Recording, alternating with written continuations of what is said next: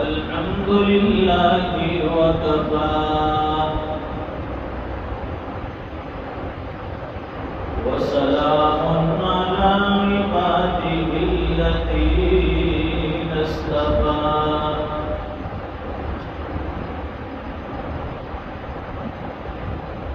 خصوصا على أفضلهم وخاتم النبيين محمد الأمين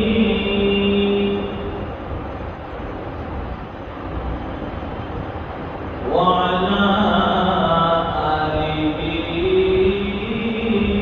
وأصحابه أجمعين.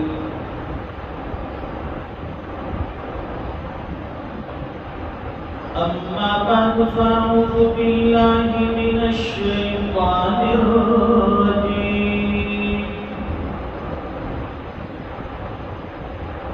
بسم الله الرحمن الرحيم.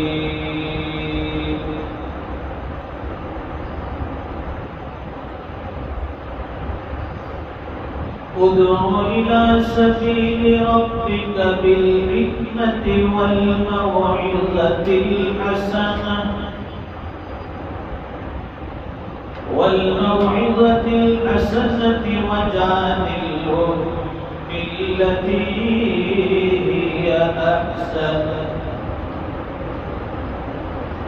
إن ربك هو أعلم بمن ضل عن سبيله وهو أعلم بالمهتدين. صدق الله العظيم.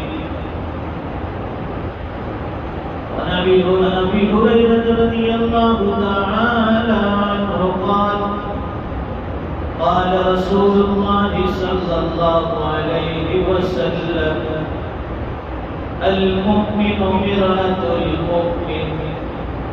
صدق رسوله النبي الأمي الحبيب الكريم.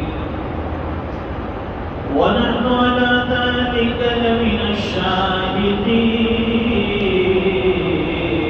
والشاكرين والحمد لله رب العالمين. اللهم صل على سيدنا ومولانا محمد وعلى آل سيدنا محمد وبارك وسلم. بزرگ اور دینی بھائیوں، اب تعالی شانہ نے جو نظام کائنات بنایا اور دنیا کی بے شمار مخلوقات پیدا بنائی،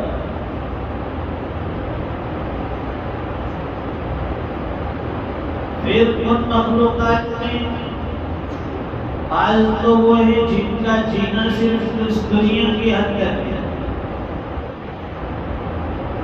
اور بعض مخلوق ایسی ہے کہ جن کو اللہ نے دنیا میں بھیجا آخرت کے لیے، جیسے کہ جنات اور انسان. ان دونوں کی تخلیق کا مقصد ہے اطاعت خداوندی، عبادت خداوندی اور شریعت اور دین اسلام پر چلنا. جو بندہ اشاعت خداوندی، اطاعت خداوندی اور شریعت پر چلے گا، پھر اس کے لیے آخرت میں بڑے بڑے وعدے ہیں.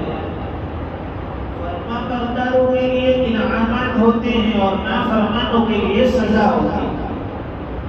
یہ دنیا کا بھی دستور ہے کہ جو فرما بردار ہوتا ہے انہیں انعامات سے، انہیں تکریم اور عزتوں سے نوازا جاتا ہے. اور جو نافرمان ہوتے ہیں دنیا میں اسے کوئی پسند نہیں کرتا، ماں باپ پسند نہیں کرتے، رشتے دار پسند نہیں کرتے، دوست احباب پسند نہیں کرتے کہ بھئی یہ نافرمان ہے، یہ ہمارے کسی کام کا نہیں۔ اور فرما بردار کو سب گلے لگاتے ہیں، اس کا ویلکم کرتے ہیں، اس کی عزت اور تقریب کرتے ہیں، آئیے آئیے آئیے۔ تو ہمیں فرما بردار بننا ہے، نافرمان نہیں بننا ہے، اطاعت گزار بننا ہے، باغیوں میں ہمارا شمار نہیں ہونا چاہیے۔ قرآن کریم انسانوں کی رشد و ہدایت کے لیے، انسانوں کی فلاح و بہبود کے لیے، یہ صرف ایمان والوں کے لیے، مسلمانوں کے لیے نہیں ہے، قرآن کریم پوری دنیا کے انسانوں کے لیے، پوری دنیا کے انسانوں کی ہدایت کے لیے۔ اس لیے قرآن کریم میں یا ایھا الذین آمنوا بھی کہا گیا، اے ایمان والو۔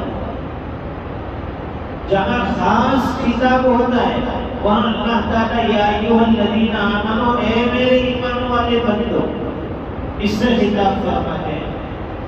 اور جہاں پوری انسانیت سے خطاب ہوتا ہے وہاں اللہ تعالیٰ شانہ قرآن کریم میں یا ایھا الناس فرماتے ہیں، اے دنیا میں بسنے والے انسانوں، کسی بھی مذہب سے، کسی بھی جماعت سے، کسی بھی ملک اور کسی بھی جگہ سے تعلق رکھنے والا ہو، یا ایھا الناس، اے دنیا میں بسنے والے انسان۔ پھر ہم تعالیٰ شانہ نے کھرے اور کھوٹے، اچھے اور برے، فرما بردار نافرمان دونوں کے لیے الگ الگ جگہ بنائی ہے۔ فرما برداروں کی جگہ، نیک لوگوں کی جگہ، متقی لوگوں کی جگہ اللہ تعالیٰ نے جنت بنائی، نافرمانوں کی جگہ، گنہگاروں کی جگہ اللہ نے جہنم بنایا۔ اللہ تعالیٰ ہم سب کی حفاظت فرمائے جہنم سے۔ دنیا میں اہل ایمان کو خاص یہ حکم دیا گیا نبی کے ذریعے۔ پہلا حکم تو نبی کو ملتا ہے کہ بھئی آپ دین کی تبلیغ کیجئے، دین کی نشر و اشاعت کیجئے، اللہ کے بندوں کو اللہ کی طرف بلائیے۔ یہ دعوت اللہ، اللہ کی طرف اللہ کے بندوں کو بلانا۔ اس میں یہ نہیں کہا گیا کہ اللہ کی طرف صرف مسلمانوں کو بلانا، ایمان والوں کو بلانا، بلکہ اللہ کی طرف پوری انسانیت کو، اللہ کے جتنے بھی بندے دنیا میں پیدا کیے گئے، جتنے بھی انسان ہیں، سب کو اللہ کی طرف بلانا ہے، سب کو دعوت دینی ہے۔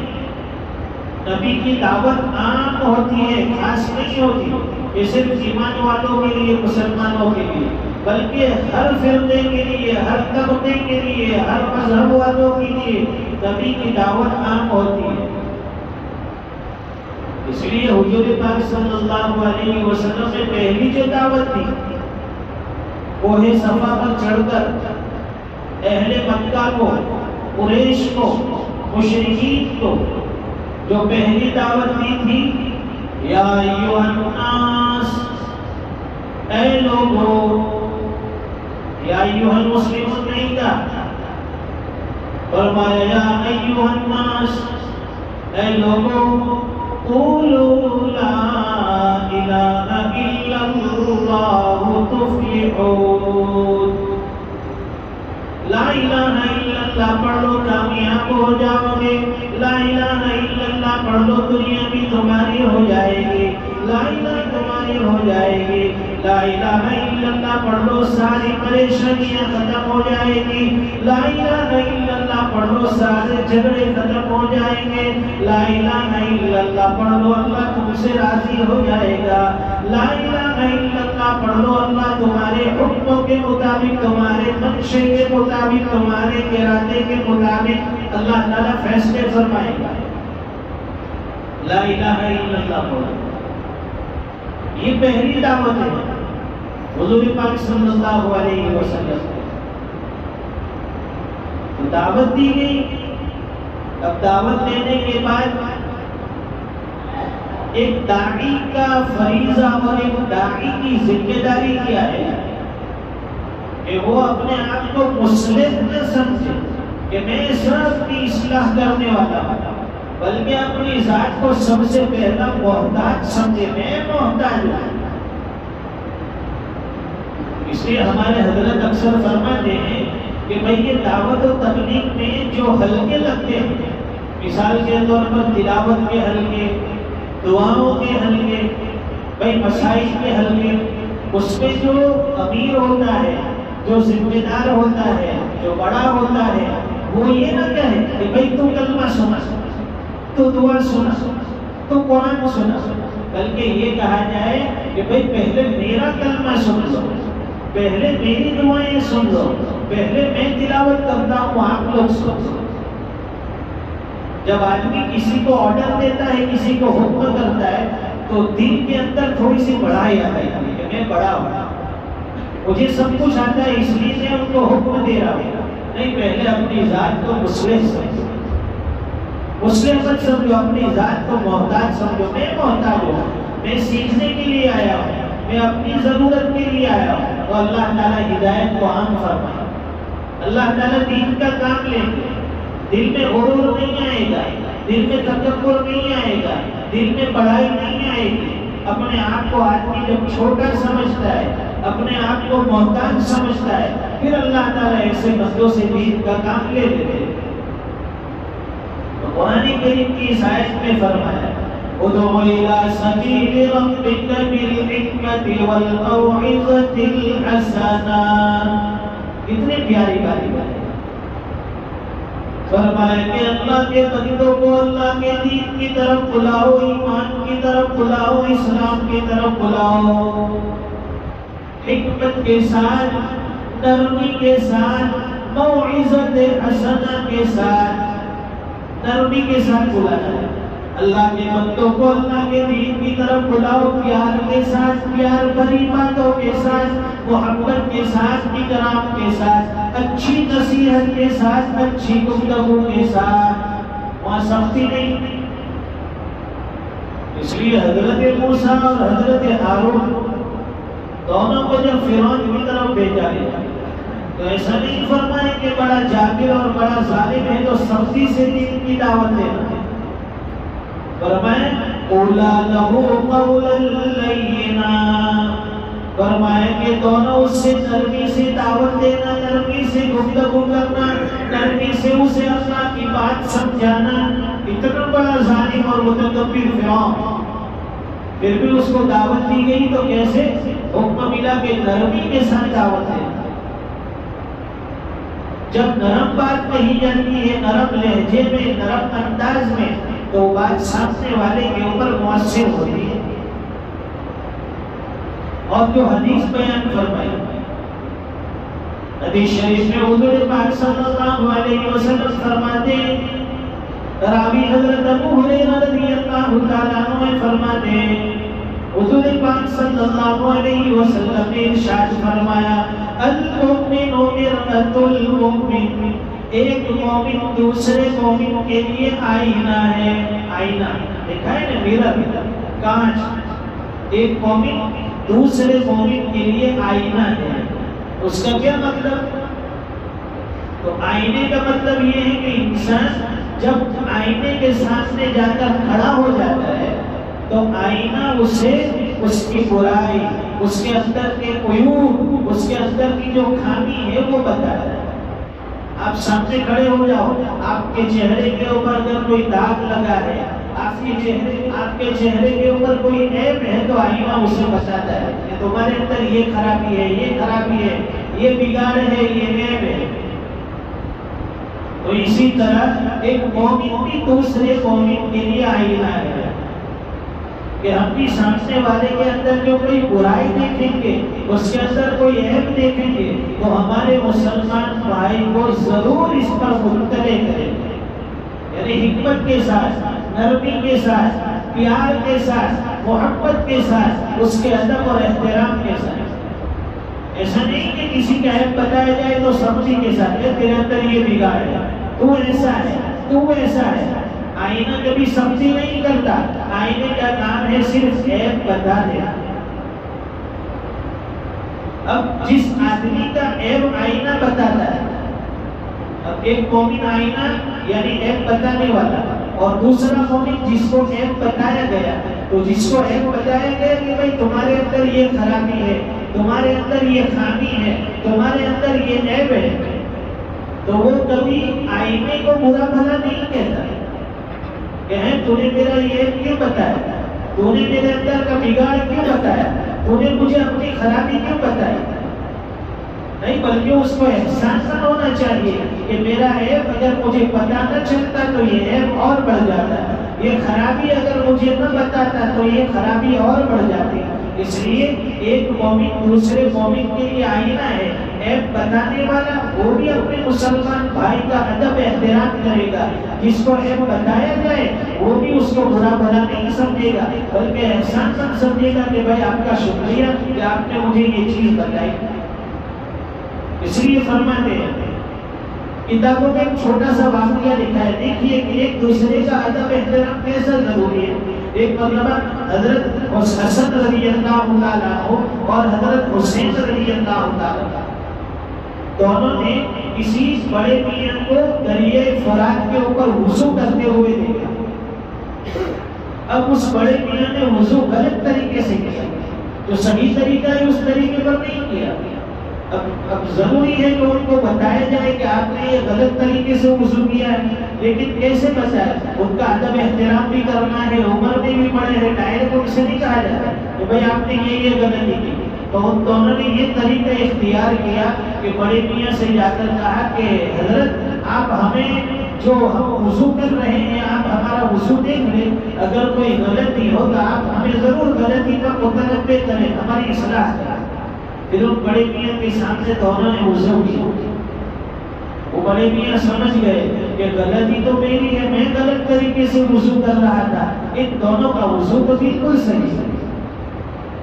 اسی طرح ہم جب کسی کو اس کا عیب بتائیں، کسی کی ازار ٹخنوں سے نیچے ہے، گھٹی کے نیچے سے ہے پینٹ ازار، تو اس کو ڈائریکٹ کہیں گے تو اثر نہیں ہوگا کہ بھائی میری ازار نیچے ہے ٹخنوں سے اوپر کر لے، تیرا پائجامہ نیچے ہے اوپر کر لے، اس کو برا لگے گا، یار وہ بھی بول دیتا ہے۔ تو اس کا طریقہ یہ ہے کہ اس کو یہ کہے کہ بھائی دیکھ لے میری ازار ٹخنوں سے اوپر ہے یا نہیں، میری پتلون صحیح طریقے سے یہ گھٹی سے اوپر ہے یا نہیں، تو اسے اپنی غلطی کا احساس ہو جائے گا۔ وہ ضرور کہے گا کہ بھائی تیری ازار اور تیرا پائجامہ ٹخنوں سے اوپر برابر ہے، لیکن میری ازار خود نیچے ہے، وہ اپنی اصلاح فوراً کر۔ اس لیے قرآن کریم میں اللہ فرماتے ہیں ادعو الی سبیل ربک بالحکمت والموعظۃ الحسنہ، اللہ کے بندوں کو اللہ کے دین کی طرف بلاؤ، اللہ کے بندوں کو ایمان کی طرف بلاؤ، اسلام کی طرف بلاؤ، لیکن لہجے میں نرمی ہو، لہجے میں پیار ہو، زبان میں مٹھاس ہو، زبان میں نرمی ہو اور نصیحت کا انداز ہو۔ فرماتے ہیں کہ انشاءاللہ سامنے والے کے دل پر اس کا ضرور اثر ہوگا۔